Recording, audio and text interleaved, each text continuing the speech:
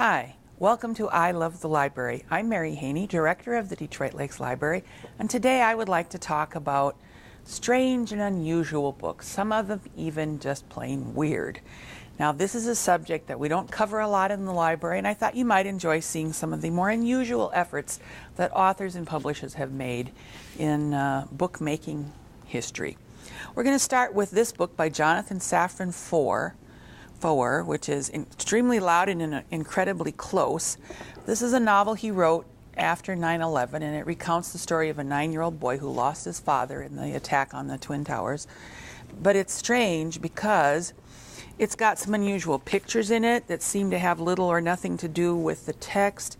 There are also parts, I don't know if I've got any set out here, that like empty pages, blank pages, and parts that are blacked out or X'd out, as if the writer had changed his mind. It was writing a diary or something, and here's some where he's written notes and things like that.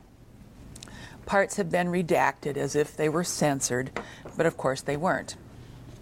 So that's that one.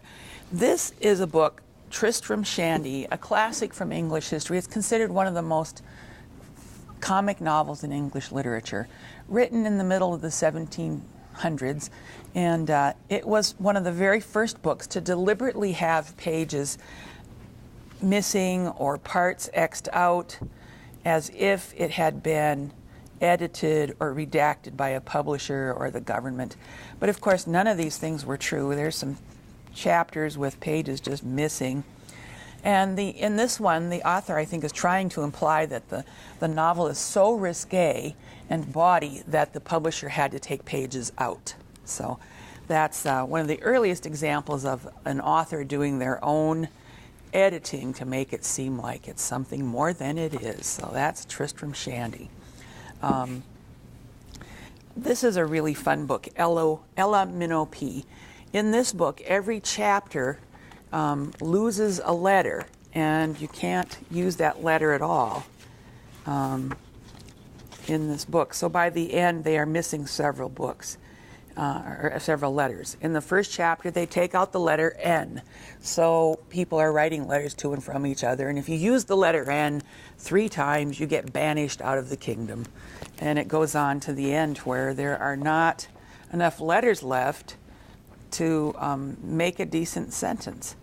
So, and they come up with, they can't use an F, so they use a PH instead. They can't use a D, so instead of friend, FRIEND, it's PHRENT. And funny, it's a funny book, and it's great for people who love language and letters and fun stuff like that. And it's quite clever, and you see how they get to the point where they decide they have to restore the alphabet, so they figure out a way to do it.